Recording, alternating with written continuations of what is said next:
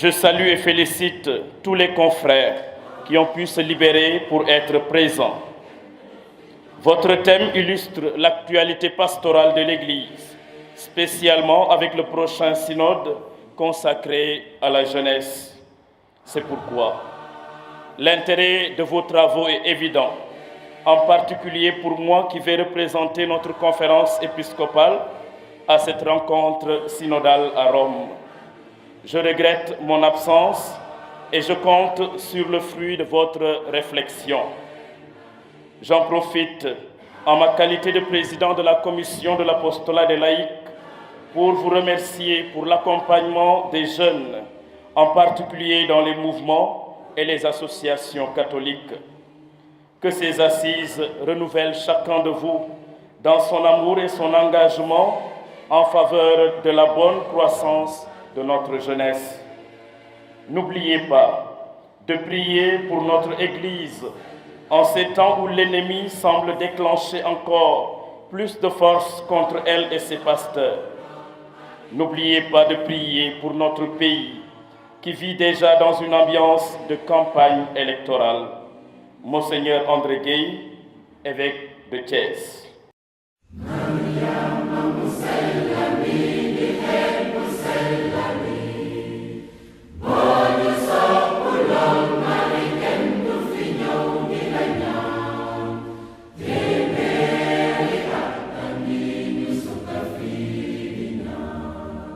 Message de Monseigneur Ernest Sambou, évêque de Saint-Louis du Sénégal. 42e Assemblée générale de l'Union du clergé sénégalais. Mes chers confrères dans le sacerdoce du Christ ressuscité, de prime abord, j'exprime toutes mes vives salutations à tous les membres de notre Assemblée sacerdotale. À vrai dire, l'Assemblée générale de l'Union du clergé sénégalais est l'un des moments les plus remarquables et les plus significatifs des rencontres de notre association. En effet, c'est là que nous traitons des problèmes et des questions revêtant une importance insigne et dont la solution est censée promouvoir l'action pastorale de notre pays. Cette année, en lien avec le synode des jeunes qui sera tenu à Rome en octobre 2018, notre thème est « Le prêtre sénégalais face à la pastorale de la jeunesse, défis, enjeux et perspectives ». Au cours de la phase préparatoire de ce synode, le pape François a demandé aux jeunes de non seulement faire connaître leurs problèmes et leurs questions, mais encore de faire entendre leurs cris. D'une manière générale, les jeunes sont à considérer comme des pauvres.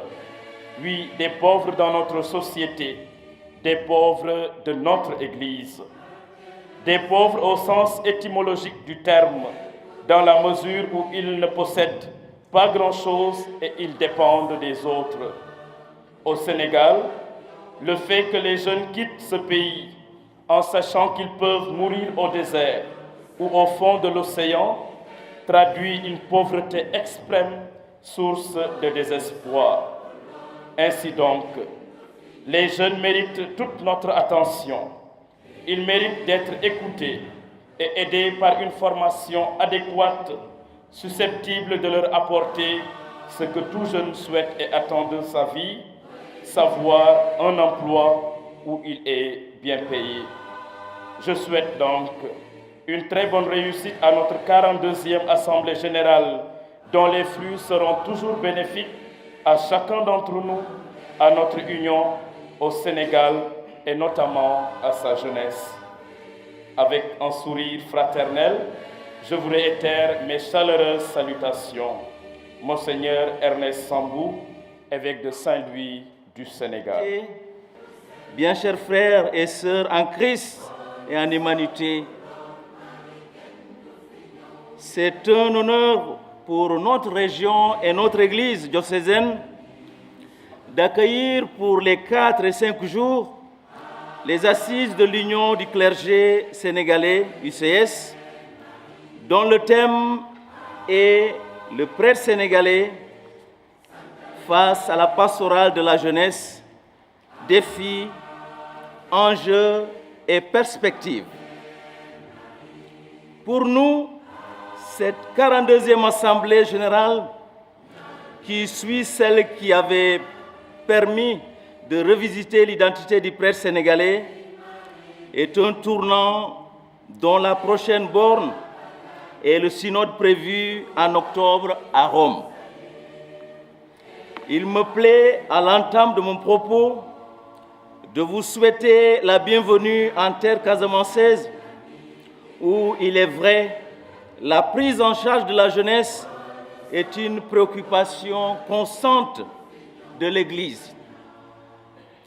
En effet, la pastorale s'analyse ici, plus que partout ailleurs, dans un contexte fort heureusement marqué par une accalmie qui engendre une paix à consolider. Ce contexte a rendu progressivement vulnérables toutes les strates et couches de la société, gommant repères et espoirs pour les jeunes, mettant les religions et donc les prêtres que nous sommes dans une problématique toute nouvelle, celle de faire en sorte que le développement intégral de l'homme, de tout homme, notamment l'homme sénégalais, soit véritablement le nouveau nom de la paix, selon la belle expression du pape Paul VI. Je souhaite que les commissions qui vont se pencher sur les questions de pastorale de la jeunesse mettent l'accent sur les réponses à apporter aux jeunes et aux familles pour peu à peu dissiper, voire mettre fin aux doutes des uns et des autres. Outre l'accès à une éducation et à une santé de qualité, la lutte contre la pauvreté devient de plus en plus impérieuse au sein de nos communautés. La réponse des pouvoirs publics à travers les politiques sectorielles au profit des cibles de la région comme du pays dans son ensemble doit être prolongée et soutenue par un accompagnement de l'Église à travers une pastorale concertée et pertinente envers les jeunes, considérés à juste titre comme le printemps et l'avenir de notre Église et de nos pays. Cet accompagnement impose de nouveaux outils et instruments qui ne peuvent être obtenus qu'au travers de recherches et une écoute attentive des cibles dont la vulnérabilité actuelle est inversement proportionnelle aux immenses espérances qui habitent leur cœur. L'actualité est hélas pleine d'exemples de nature à associer la jeunesse à des entreprises de désespoir, faisant des pays du Sud des zones de départ, des aventures de plus en plus risquées. L'ICS, notre ICS, a donc une mission historique en ce moment, dont les nouvelles pages se dessinent ici en Casamance et dont les perspectives ont été rendues possibles grâce au soutien multiforme des autorités étatiques, politiques, civiles et militaires. Le tout sous les ferventes prières des autorités religieuses de tous bords et de toute la communauté des croyants dans son ensemble. Le dialogue islamo-chrétien est passé par là. C'est pourquoi je voudrais avec vous rendre un vibrant hommage à tous les services de l'État qui, sous la houlette de Monsieur le gouverneur de la région, nous ont manifesté leur totale disponibilité et aidé avec efficacité à la réussite de l'organisation de cette présente Assemblée générale. En cet instant solennel d'ouverture des présentes assises nationales, si nous devons être animés par des sentiments, c'est bien d'abord celui d'être habité par une même volonté de poursuivre l'élan qui nous meut et nous rassemble lorsqu'il s'agit de l'avenir de notre Église. C'est ensuite d'être ensemble, capables de transcender les pesanteurs de tout ordre et les divergences pour nous accorder sur ce qui apparaît fondamentalement essentiel. C'est enfin celui d'être toujours prêt à faire prévaloir les valeurs évangéliques pour sauvegarder cette volonté commune de vivre ensemble, en d'autres termes, pour préserver l'unité, communion, la charité et le service dans notre chère Église du Sénégal. J'apprécie votre mobilisation, chers confrères, à ces assises et salue votre grande disponibilité. Je sais l'engagement qui vous a toujours animé et vous anime encore.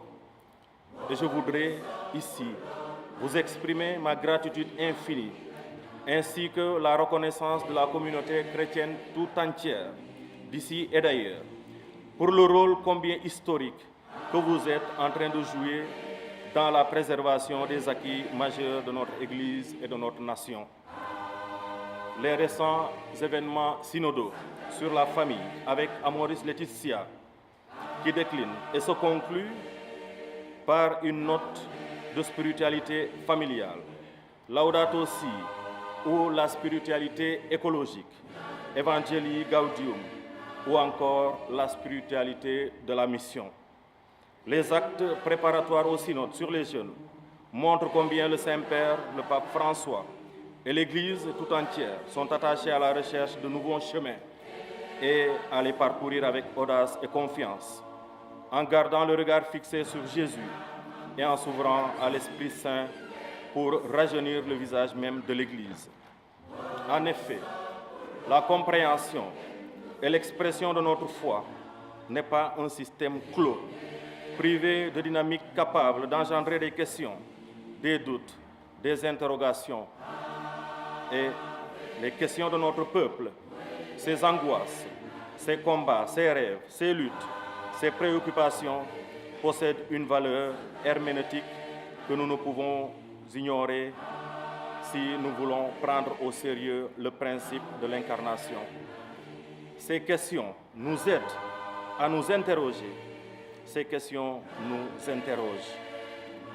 Dans ce cadre, je voudrais rappeler et attirer l'attention sur deux mots dont souffrent certainement nos approches pastorales et qui expriment un immanentisme anthropocentrique déguisé en vérité catholique.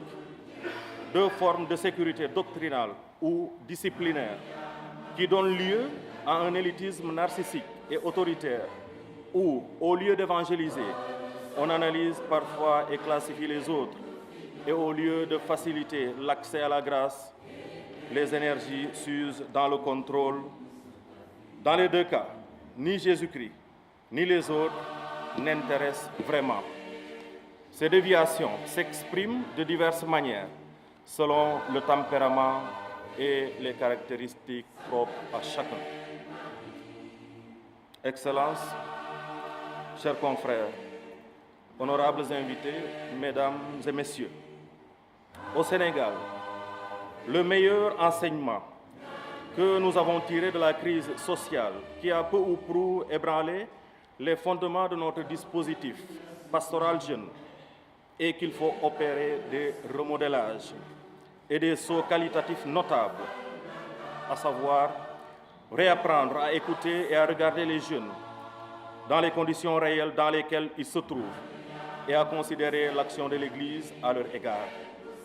Il ne s'agit pas d'accumuler des données et des indications sociologiques, mais d'identifier les défis, de décliner les enjeux et les opportunités qui apparaissent dans les divers contextes à la lumière de la foi, en les laissant nous toucher en profondeur de manière à donner une base concrète à tout parcours qui suivra. D'évidentes raisons de place limitent à quelques brèves mentions le traitement de questions vastes et complexes. Les pères synodaux, tout comme nous, ici et maintenant, sommes appelés à y reconnaître les appels de l'Esprit. L'Esprit Saint peut-il nous inciter à accomplir une mission et en même temps nous demander de la fuir ou d'éviter de nous engager totalement pour préserver la paix intérieure? Cependant, nous sommes parfois tentés de reléguer, je dis bien parfois, au second plan, le dévouement pastoral ou l'engagement dans le monde comme si c'était des distractions sur le chemin de la sanctification et de la paix intérieure. On oublie que, parfois, la vie n'a pas une mission, mais qu'elle est une mission. Une tâche accomplie sous l'impulsion de l'anxiété, de l'orgueil, du besoin de paraître ou de dominer ne sera sûrement pas sanctifiante. Le défi, c'est de vivre son propre engagement de façon à ce que les efforts aient un sens évangélique et nous identifient toujours davantage à Jésus-Christ. Nous sommes à l'heure de la spiritualité de la mission. Je fais référence toujours à Evangelii Gaudium. Une mission à insérer et à assumer dans le contexte actuel, avec ses risques, ses défis et ses opportunités. D'où l'importance capitale du thème de cette 42e Assemblée générale de l'Union du clergé sénégalais, la pastorale de la jeunesse, enjeux, défis et perspectives. Ce thème évangélique nous invite à reconnaître la vérité de notre cœur pour savoir où rechercher la vérité de notre vie et celle des autres, particulièrement des jeunes. Et le 25e chapitre de l'évangile de Saint Matthieu, par fidélité au Maître, qui se laisse découvrir dans le visage de ceux auxquels il a voulu lui-même s'identifier, nous exhorte à la miséricorde, qui est un critère sur la base duquel nous serons tous jugés. Chers confrères, notre jeunesse a faim et soif, non seulement malade sans doute, elle est étrangère à elle-même et prisonnière de ses aspirations exposées aux avalanches des intempéries d'idéologie qui mutilent plutôt le cœur de l'Évangile. Nous devons agir, non seulement réagir. L'enjeu spécifique, entre autres, de ces assises, prendre soin des jeunes en les accompagnant opportunément dans leur parcours vocationnel, s'extirpe naturellement de la vocation et de la mission de l'Église. En plus de requérir une organisation et une méthode, ceci n'est pas facultatif.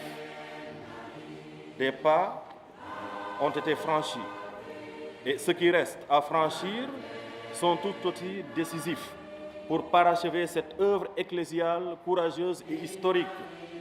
À cet effet, je voudrais remercier tous les acteurs ici présents, vous, en somme, tous ceux qui sont à l'origine des avancées significatives déjà enregistrées par ce processus de réflexion. À vous, chers distingués confrères, membres des différentes unions diocésaines, je vous exhorte à des débats francs, débarrassés de toute passion. La franchise, la tolérance, le respect de la différence et le consensus ont toujours constitué le credo qui a toujours caractérisé les échanges durant nos assises. N'ayons aucune crainte à les relever et à les avoir présents à l'esprit. À cette étape du processus, les opinions nationales, diocésaines et même internationales ont les yeux rivés sur nos travaux. Il nous revient d'apporter notre solide contribution à l'écriture de l'histoire pastorale jeune de notre pays, de notre Église. Nos réflexions porteront des domaines de préoccupation de nos chrétiens et de nos concitoyens. Elles devront se mener sans tabou ni a priori. Il nous appartient, par nos propositions et décisions pertinentes et clairvoyantes, d'engager l'avenir de notre diocèse, de nos différents diocèses, de notre jeunesse et de notre Église. Soyez rassurés, les recommandations qui sortiront de cette démarche globale seront sans doute immédiatement mises en œuvre pour ce qui est consensuel et les voies indiquées pour approfondir les éléments non consensuels seront également empruntés sans hésitation. Convaincu que l'action pastorale est une construction permanente et sujette à des réajustements continus, les présentes assises nationales doivent demeurer en toutes circonstances une instance de proposition faite et enrichie pour toutes nos églises particulières. Notre disposition est donc grande dans l'atteinte des résultats qui traduiront les aspirations profondes de nos chrétiens. Le Saint-Père, le Pape François, invite à prier en ce mois de septembre 2018 pour que les jeunes du continent africain aient accès à l'éducation et au travail dans leur propre pays. Et le plaisir, d'ailleurs, j'allais dire, de représenter M. le maire Abdoulaye Baldé et l'ensemble des populations de Ziguinchor à cette importante Assemblée générale, 42e édition. Je suis d'autant plus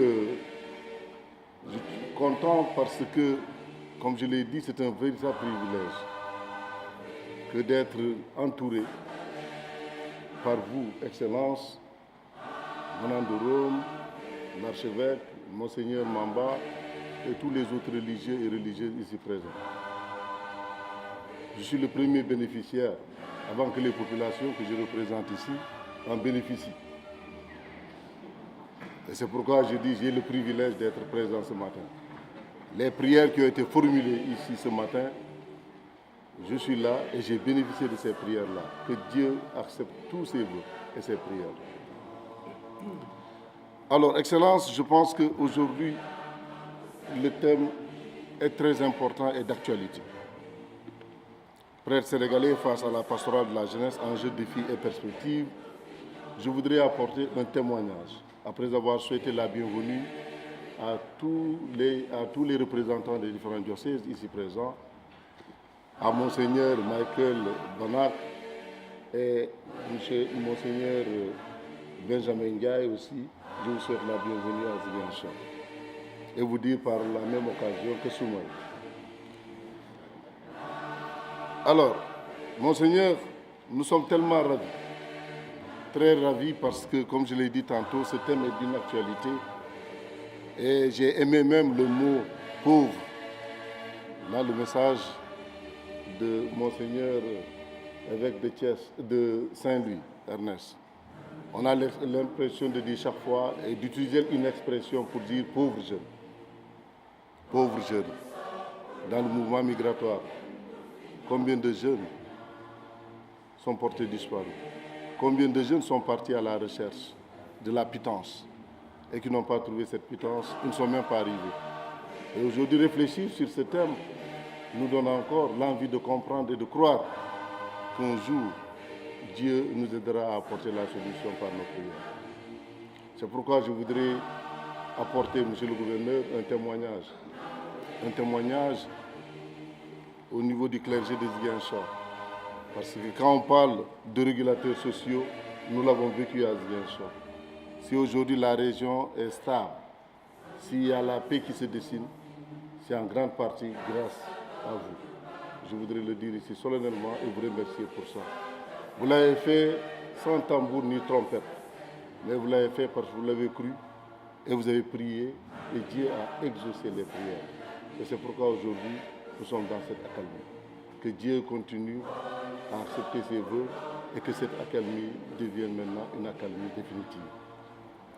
Je voudrais donc croire en vous, et je crois en vous, parce que vous êtes des éducateurs de conscience, on le dit. Pas parce que vous le dites, mais vous le faites, et vous agissez tous les jours dans ça. Et la jeunesse a espoir. Et je suis sûr que Dieu bénira encore ces assises. Les recommandations vont être bénies aussi, et que demain, j'en suis sûr que les jeunes auront l'espoir, parce que l'espoir sera restauré. L'espoir sera restauré, et c'est à Ziguinchor que cet espoir sera restauré. Et Ziguinchor illuminera le reste du Sénégal pour dire que bravo et merci encore à vous autres, vous qui avez fait le déplacement pour venir sur cette terre de Ziguinchor et apporter le message, le bon message, le message de la vérité et le message de l'espoir. Voilà ce que je voudrais dire, Monsieur le Gouverneur, Monseigneur, tout le plaisir de vous recevoir au Sénégal et à Ziguinchor. Monseigneur Benjamin aussi. Voilà le mot que je voudrais partager au nom des populations de Ziguinchor. C'est un grand événement pour votre diocèse, mais aussi pour les voisins et frères que sont les diocèses de Kolda et de Tambacounda en particulier. Mon plus grand plaisir et mon plus grand désir en tant que pasteur de ces deux diocèses aurait été d'y participer en étant présent, non seulement comme membre à part entière du clergé sénégalais, mais conformément à nos bonnes traditions qui veulent que ce qui concerne les proches nous concerne tout autant. Parti après la fête de 15 août en Europe pour un temps de ressourcement et de repos qui s'imposait, mon agenda ne me permet pas de revenir opportunément pour l'importante réunion annuelle du clergé sénégalais. Aussi, vous demanderai-je d'être mon porte-parole auprès du président, auprès des bureaux nationaux et diocésains, de l'ensemble des membres participants de l'Assemblée générale de l'UCS, en particulier les jeunes prêtres qui font leur entrée dans l'Union, pour dire à tous ma communion sacerdotale et mon affection fraternelle. Je souhaite et prie pour de fructueux échanges autour du thème retenu et un plein succès aux assises de l'UCS à Ziguinchor.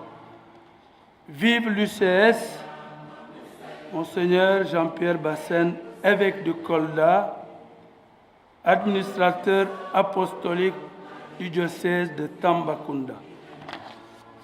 Fin de message.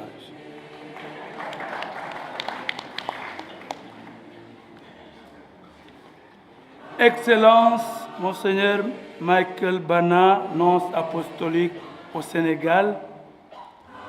Excellence, Monseigneur Benjamin Ndiaye, archevêque métropolitain de Dakar. Monsieur le gouverneur, ici représenté, Monsieur le maire de la commune de Ziguinchor, ici représenté, Monsieur l'imam Ratib, Monsieur le président national de l'Union du clergé sénégalais, chers confrères dans le sacerdoce, Messieurs les autorités civiles, politiques, militaires, religieuses et coutumières, chères personnes consacrées, Mesdames et Messieurs, en vos titres et qualités, chers invités, béni soit celui qui vient au nom du Seigneur. C'est par cette parole empruntée au psalmiste que je voudrais, au nom du diocèse de Ziguinchor, vous saluer tous en vos titres et qualités et souhaiter la bienvenue en Casamance et à Ziguinchor en particulier, à tous nos illustres hôtes venus nous rendre visite en cette circonstance.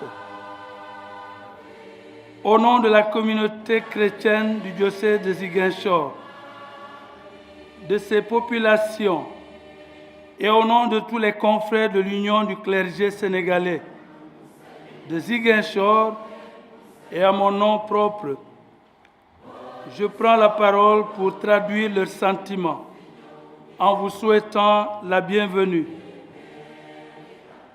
Animé de sentiments de gratitude et de reconnaissance pour l'honneur et le privilège que vous nous faites, nous, famille ecclésiale de Ziguinchor, en choisissant notre diocèse pour abriter les assises de la 42e Assemblée générale de notre Union.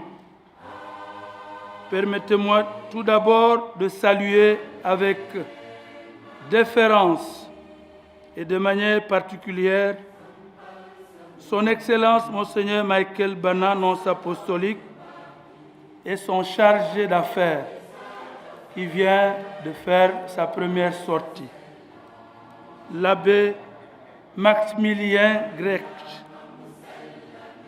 Saluez également l'archevêque de Dakar, Monseigneur Benjamin, membre extraordinaire de notre union, qui nous honore de leur présence et de leur participation.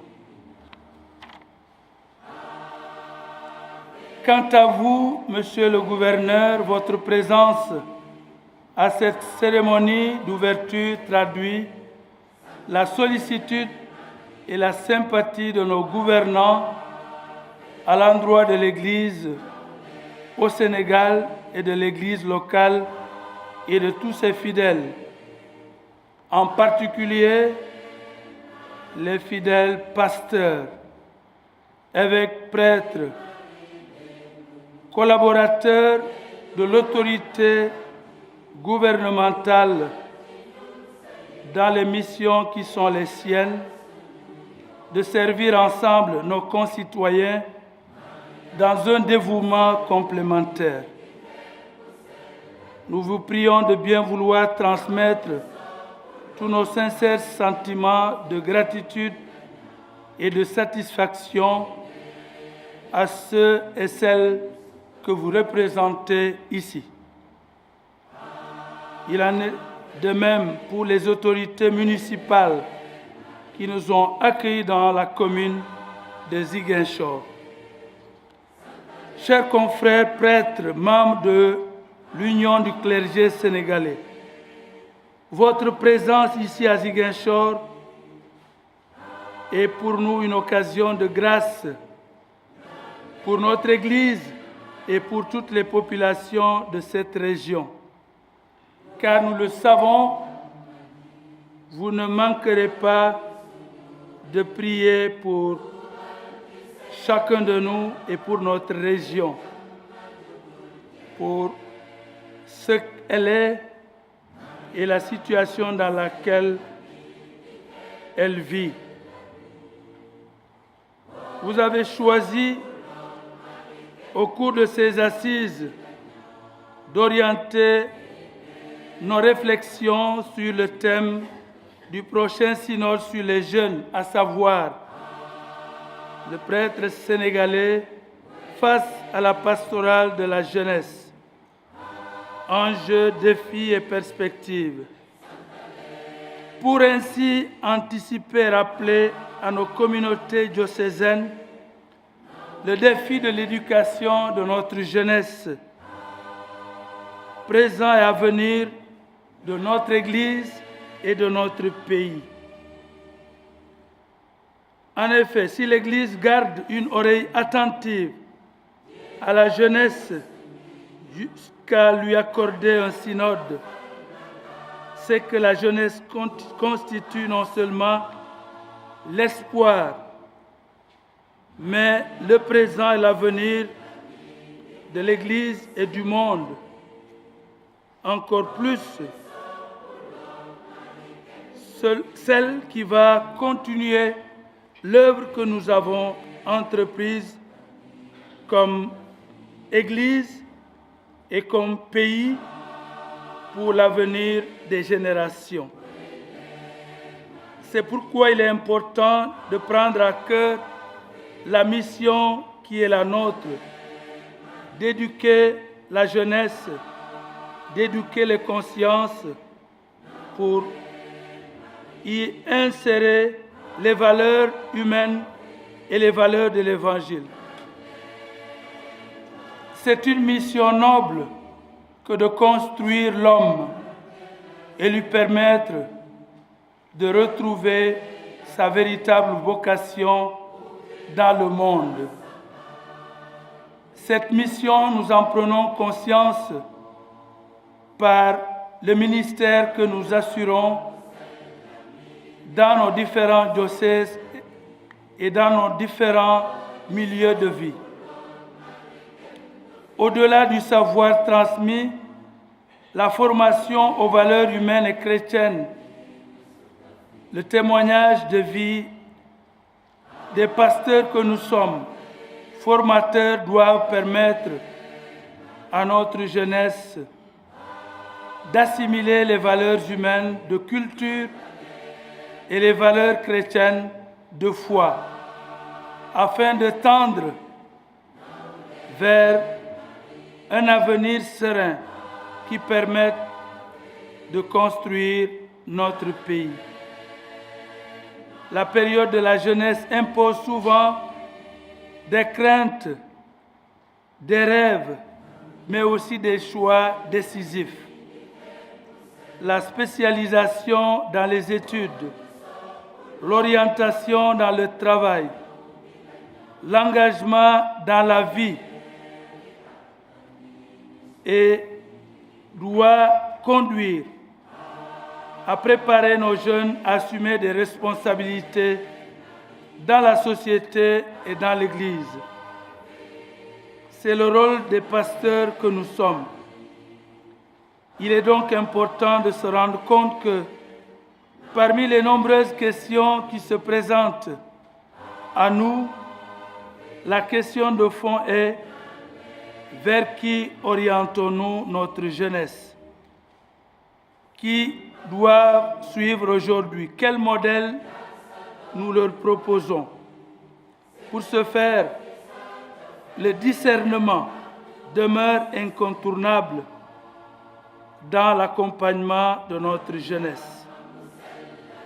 Voilà pourquoi nos diocèses, nos communautés ecclésiales de base, nos familles chercheront à favoriser et à encourager une pastorale de proximité attentive aux aspirations de notre jeunesse et de notre temps, pour allier les valeurs humaines positives et les valeurs de l'Évangile que nous propose le Christ, chemin de salut et d'accomplissement de tout homme et de tout l'homme.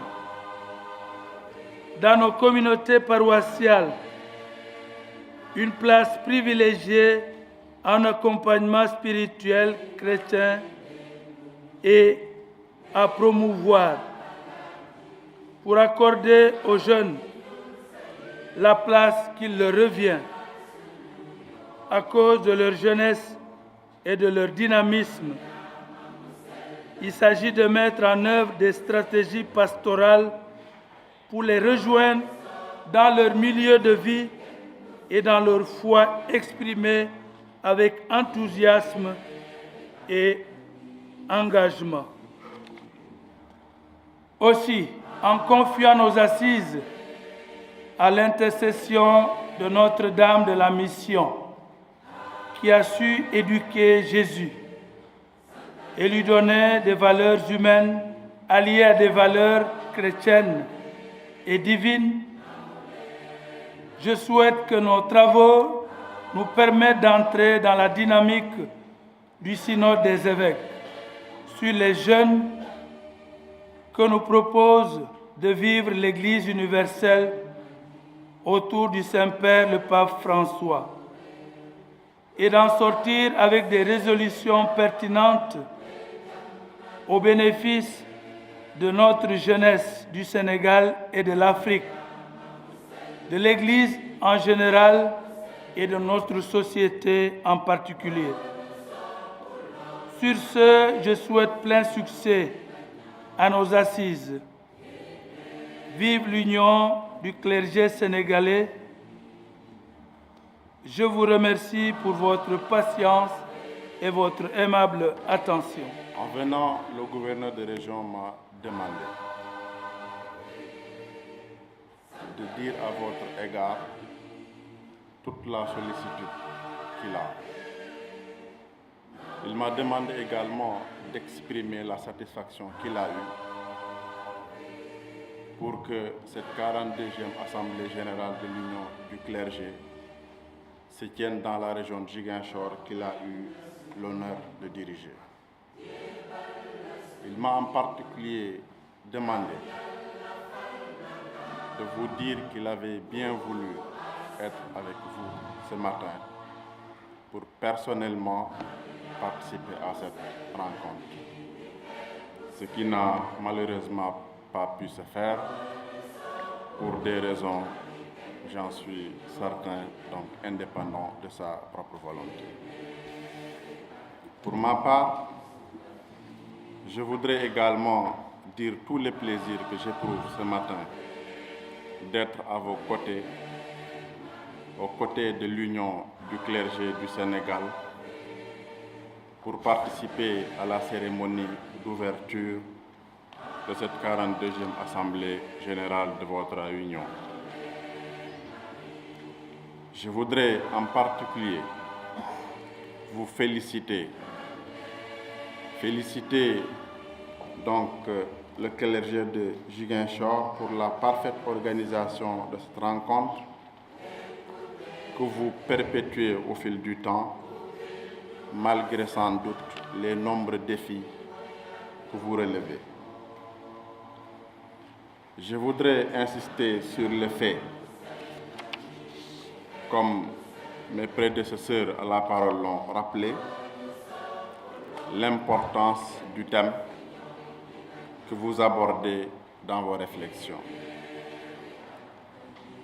Ce thème qui met au cœur de vos réflexions justement notre jeunesse, qui, on le sait tous, est au croisé de chemin. Cette jeunesse qui n'hésite pas à défier la mort, on peut l'appeler comme ça, pour, dit-elle, aller chercher des lendemains meilleurs.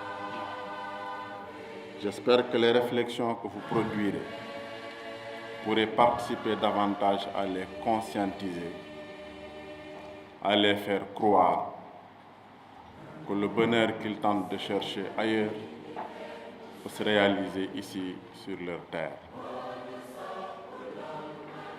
Je voudrais donc terminer mon message, je ne serai pas long,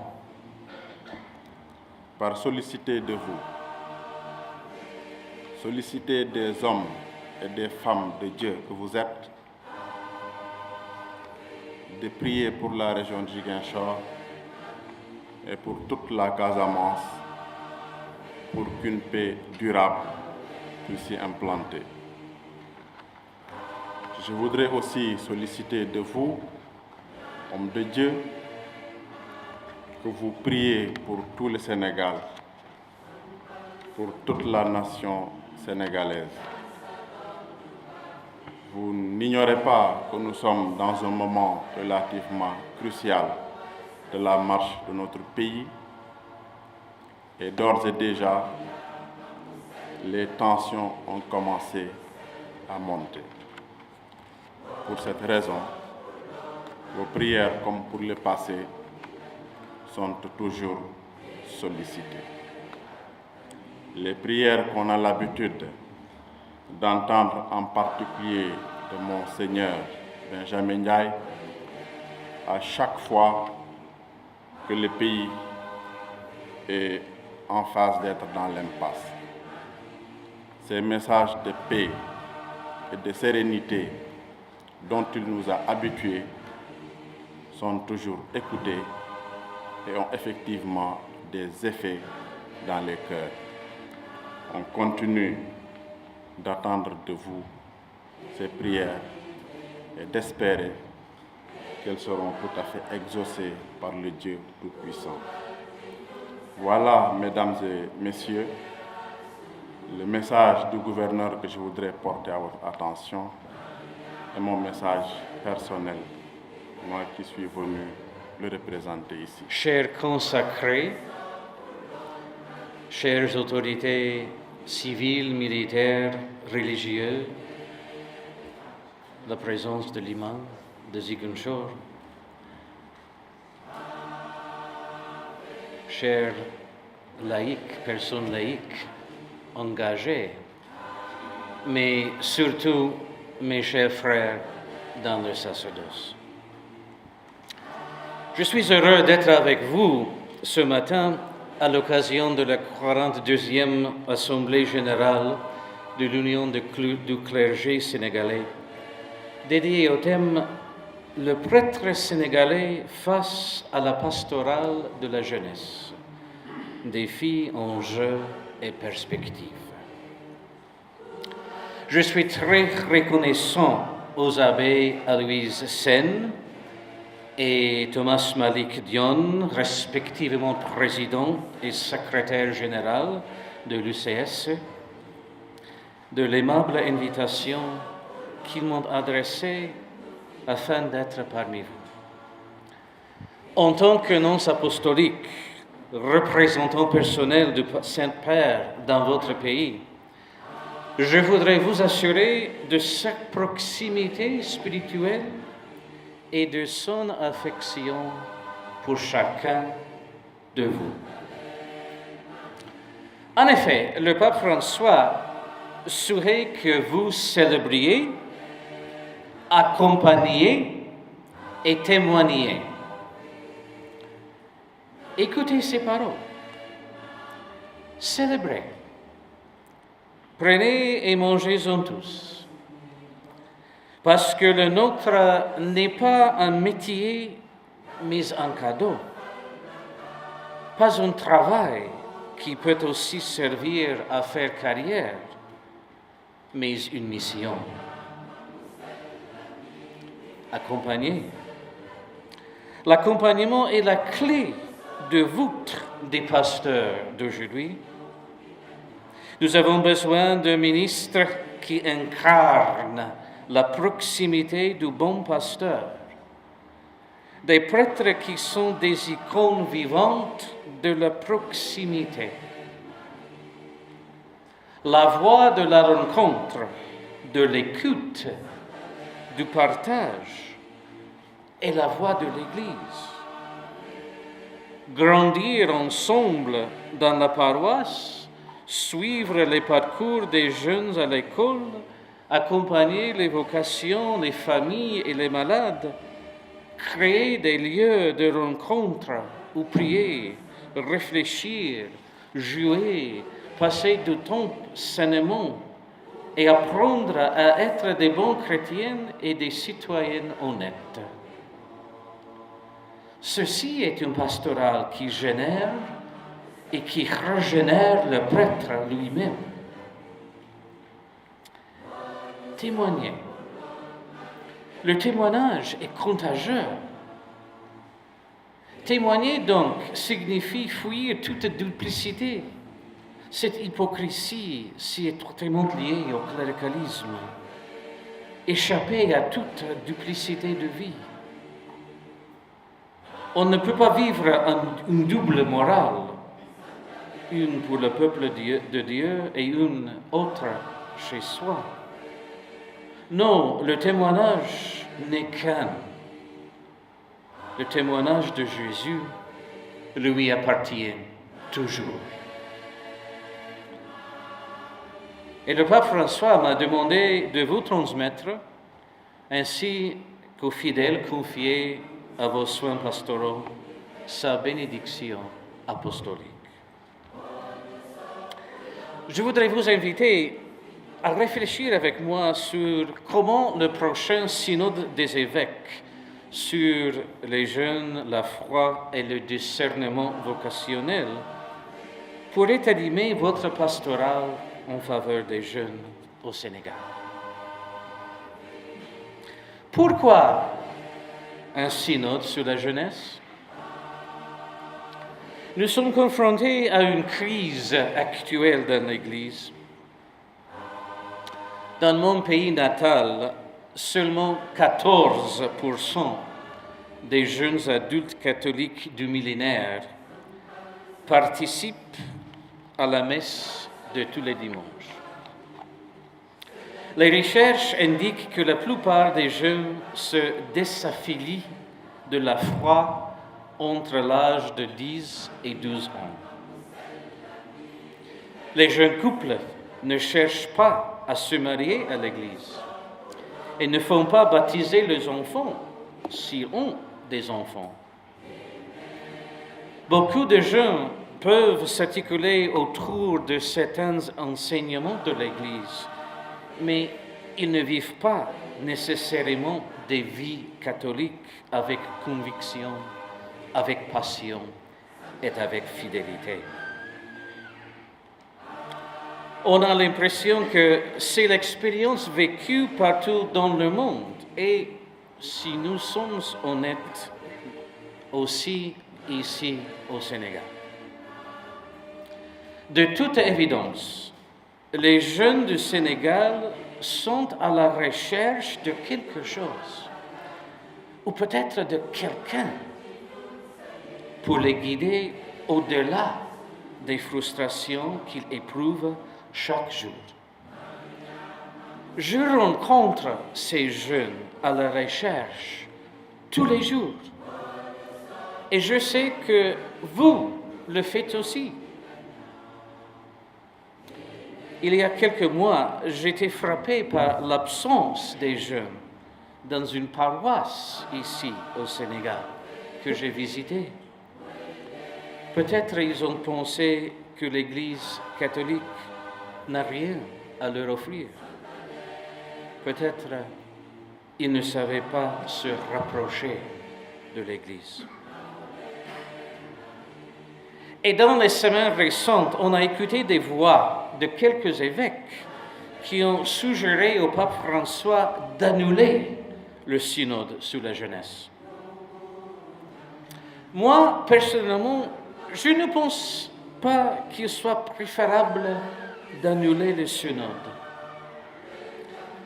Annuler le synode sur les jeunes reviendrait à fermer la porte, encore une fois, face à ceux qui se tiennent à la porte en frappant et en disant « Nous avons quelque chose pour vous sur l'avenir de l'Église et nous devons vous parler plus que jamais. » Le synode sur la jeunesse est nécessaire, car l'Église doit trouver le meilleur moyen de servir les jeunes qui observent la crise actuelle. Le synode sur la jeunesse, donc, est plus que jamais nécessaire, car les voix des jeunes peuvent apporter de la clarté, de nouvelles idées et de l'espoir. Et dans la crise actuelle, des jeunes adultes fidèles et engagés ont été parmi ceux qui exigeaient des réponses, cherchant la vérité et proclamant fièrement qu'ils allaient rester fidèles à l'Église. Les jeunes présents à ce synode peuvent être une bouffée d'air frais et de renouvellement dont l'Église a besoin maintenant, alors qu'elle tente de briser la confusion et le chaos causés par la malhonnêteté et les dissimulations. 300 jeunes adultes ont été invités à assister au rassemblement présynodal au mois dernier, et certains jeunes adultes ont été invités à participer au synode de lui-même. Un synode conçu pour comprendre comment servir une génération qui déteste l'inauthenticité est le moment idéal pour l'Église, pour que l'Église se tienne à l'écart et vienne au clair. C'est un moment parfait pour dissiper les ténèbres. Et je suis convaincu que la plupart des jeunes croyants veulent eux-mêmes voir une conversation fructueuse et honnête sur les moyens de le servir. Et un rassemblement d'évêques du monde entier avec le pape à l'avant de la salle serait le moment idéal pour une certaine honnêteté, une franchise et une confrontation audacieuse à la crise du moment actuel. Le synode sur la jeunesse ne concerne pas seulement les programmes à soutenir ou les initiatives à renforcer. C'est l'occasion idéale pour un regard introspectif sur ce qui est l'Église, en particulier pour les jeunes. Quelle meilleure opportunité d'être ouvert, transparent et accessible que lors d'un rassemblement destiné à servir des générations de jeunes ouverts, transparents et connectés. Le document préparatoire du Synode sur la jeunesse annonçait déjà de son commencement une nouvelle approche pour l'Église concernant la jeunesse. Je cite, « À travers un nouveau parcours synodal sur le thème « Les jeunes, la foi et les discernements vocationnels », l'Église a décidé de s'interroger sur la façon d'accompagner les jeunes à reconnaître et à accueillir l'appel à l'amour et à la vie en plénitude. Elle souhaite également demander aux jeunes eux-mêmes de l'aider à définir les modalités les plus efficaces aujourd'hui pour annoncer la bonne nouvelle. À travers les jeunes, l'Église pourra percevoir la voix du Seigneur qui résonne encore aujourd'hui. Comme jadis Samuel et Jérémie, certains jeunes savent découvrir les signes de notre temps qu'indique l'Esprit. En écoutant les aspirations, nous pouvons entrevoir le monde de demain qui vient à notre rencontre et les voies que l'Église est appelée à parcourir. Ailleurs, dans les documents, on nous dit que les jeunes voudraient que l'Église soit plus proche des jeunes et plus attentive aux questions sociales. L'Église doit dépasser un cadre préconçu. Les attitudes rigides doivent être abandonnées. L'Église doit abandonner toute manière d'agir qui est dépassée et ne doit pas traiter les jeunes comme des objets. Ils sont des agents. L'activité pastorale ne doit pas dominer les espaces. Elle devrait devenir moins standardisée et plus attentive à l'individualité de chaque personne. Ce sont des mots du document préparatoire. Le genre est mentionné comme déterminant des différences masculines et féminines, perception de la réalité, mais le genre est également accusé d'être la base de diverses formes de domination, de l'exclusion et de la discrimination que toutes les sociétés doivent surmonter. Et donc, l'instrumentum laboris, ou le document du travail du prochain synode des évêques, comporte 3 sections principales: la reconnaissance, l'interprétation et le choix de la vocation dans la vie. La première partie, reconnaître, est dédiée à une Église qui écoute, était ouverte aux réalités et aux nombreux défis auxquels les jeunes sont confrontés dans le contexte d'aujourd'hui. Bon nombre de ces défis, tels que la discrimination religieuse, le racisme, la précarité, la pauvreté, la toxicomanie, l'alcoolisme, le harcèlement, l'exploitation sexuelle, la pornographie juvénile et la corruption sont générés par les technologies numériques si omniprésentes. La deuxième partie, interprétée, traite du thème du discernement de la vocation à la lumière de la tradition théologique et biblique.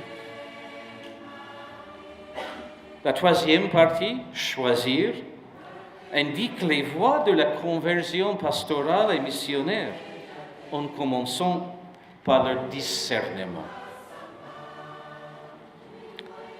Le même document de travail se termine par une note sur la sainteté qui observe que, je cite, « Tout âge est apte à la sainteté.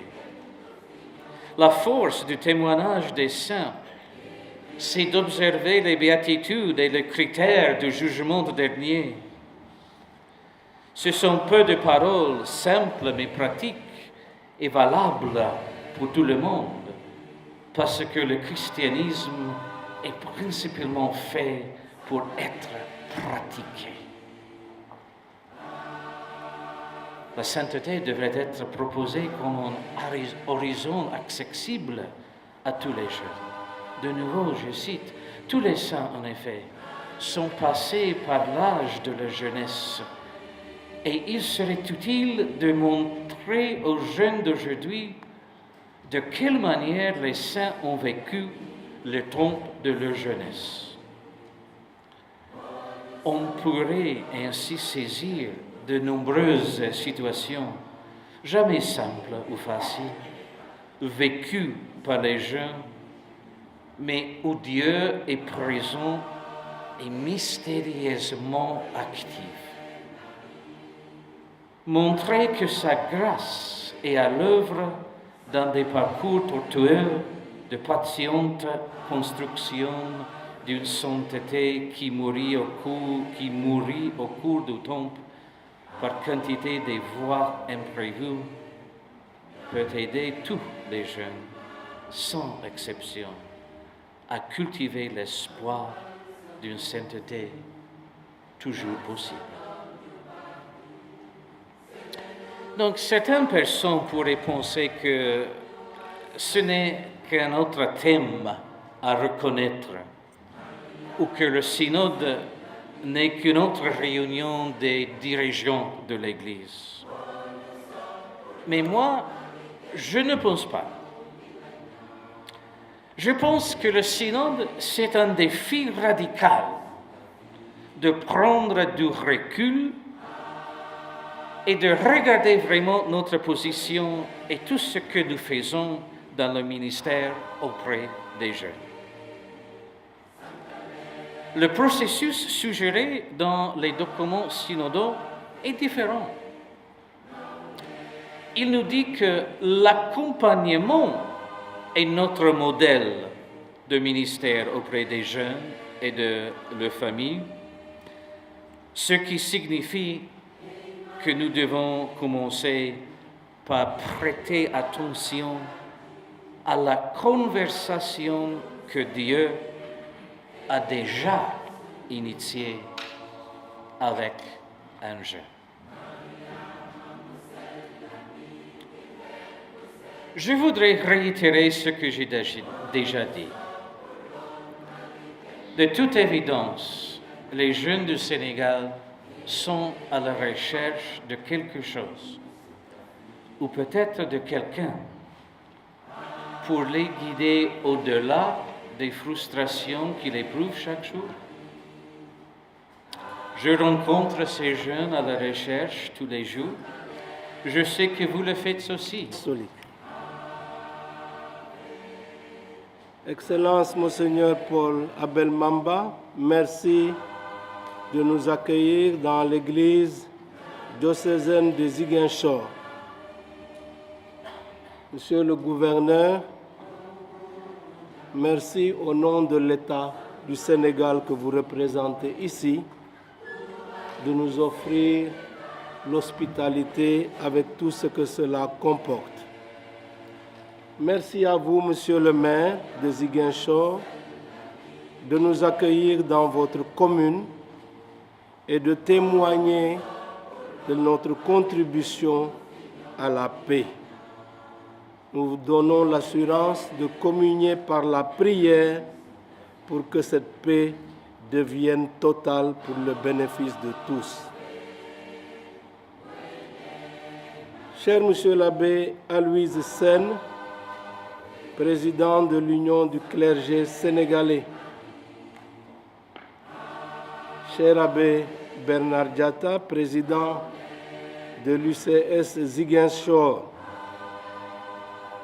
chères autorités civiles, politiques, militaires, religieuses, coutumières, mon frère l'imam, que je salue avec déférence, chers confrères dans le sacerdoce, et vous, chers religieux et religieuses, chers fidèles laïcs, représentés ici par le président du Conseil national du laïcat, Vincent Mendy, Mesdames et Messieurs, en vos titres et rangs, chers invités, chers confrères dans le sacerdoce, membres de l'Union du clergé sénégalais, je m'adresse à tous en vous transmettant mon salut fraternel et en vous exprimant ma joie de pouvoir être là à l'occasion de cette 42e Assemblée générale de notre Union. Comme président ad intérim de la commission clergé et séminaire, je nourris le vœu que notre Union puisse bénéficier prochainement, après le long et fructueux engagement à la tête de cette commission, de son Excellence Monseigneur Jean-Noël Diouf, évêque émérite de Tambacounda, que notre Union puisse donc bénéficier de l'accompagnement d'un autre évêque dûment nommé dans notre province ecclésiastique de Dakar. Cette Assemblée générale n'offre-t-elle pas d'ailleurs une occasion favorable de prier pour que le Seigneur nous donne rapidement un nouvel évêque à Tambacounda, maintenant que Kaolack est délivré de sa longue attente,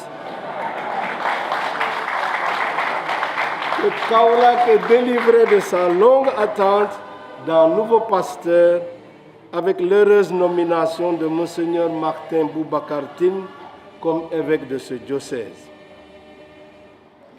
Au titre de la commission clergé et séminaire, je vous partagerai cet après-midi quelques informations concernant l'Opus Securitatis, vous laissant le soin de faire aux évêques de notre province des propositions qu'ils pourront examiner à leur session de janvier 2019.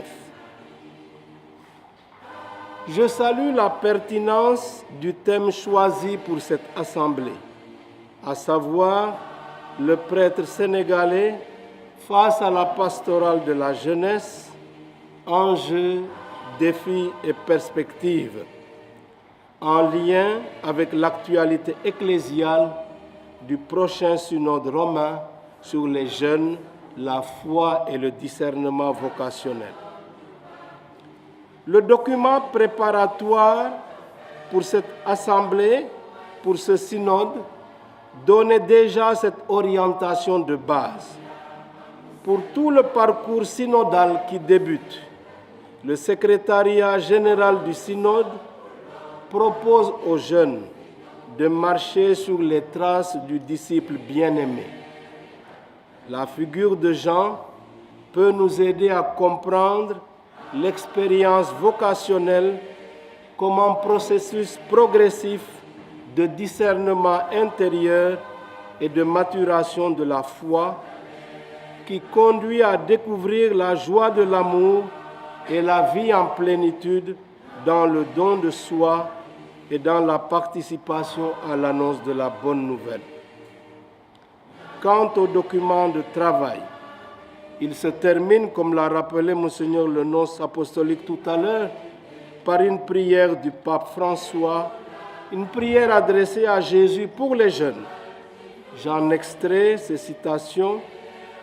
Seigneur Jésus, comme le disciple bien-aimé, que les jeunes soient au pied de la croix pour accueillir ta mère, la recevant de toi en don. Qu'ils soient témoins de ta résurrection et qu'ils sachent te reconnaître vivant à leur côté, annonçant avec joie que tu es le Seigneur. Dans notre pays, les défis de la jeunesse ne manquent pas. Ils vont de l'éducation, avec des crises récurrentes dans une école sénégalaise inadaptée aux réalités, jusqu'à la recherche d'un travail hypothétique. La question cruciale pour la plupart des jeunes est celle d'un avenir viable, comme l'illustre le phénomène interpellant de la migration. Comment notre Église prend-elle en compte ce grand défi de l'avenir de la jeunesse? Vos assises nous ouvriront certainement de nouvelles pistes afin que nos églises contribuent à promouvoir notre jeunesse dans ses aspirations réelles et légitimes pour son accomplissement. À titre indicatif, je m'interroge sur quelques points. Suivant l'initiative pastorale du pape Saint Jean-Paul II, nous célébrons des journées mondiales de la jeunesse tous les ans. Quel est leur impact réel dans la vie de notre jeunesse? Ne faudrait-il pas tenter de faire une évaluation? Nous encourageons l'engagement des jeunes dans différents mouvements d'action catholique. Quelles sont les incidences de cet engagement dans la préparation de leur avenir? Comment éviter la tentation du ghetto ou de l'enfermement? Nos groupes de prière fleurissent un peu partout et enregistrent de nombreux adhérents jeunes. Comment faire pour qu'ils servent aussi réellement de point de départ pour un engagement concret dans la société? S'agissant du discernement vocationnel, ne faudrait-il pas nous interroger sur notre pastoral des vocations, sur les motivations et l'accompagnement des candidats? Par ailleurs, comment promouvoir réellement une conscience missionnaire dans nos églises, non seulement en direction de l'Europe, mais aussi dans notre propre pays? Les politiciens, en rôle des jeunes, et leur font des promesses mirobolantes. Mais pour quel avenir? En même temps, n'avons-nous pas trop déserté le terrain politique, et ce au détriment de la communauté chrétienne? Il existe dans l'Écriture et dans la tradition chrétienne différents modèles de jeunes dont on pourrait explorer l'histoire afin d'en retenir les leçons. Mais après tout, aujourd'hui comme hier, la rencontre avec Jésus-Christ peut transformer radicalement une vie. En souhaitant plein succès à vos travaux, avec des réflexions nourrissantes et des orientations pertinentes, je déclare ouverte la 42e Assemblée générale de l'Union du clergé sénégalais.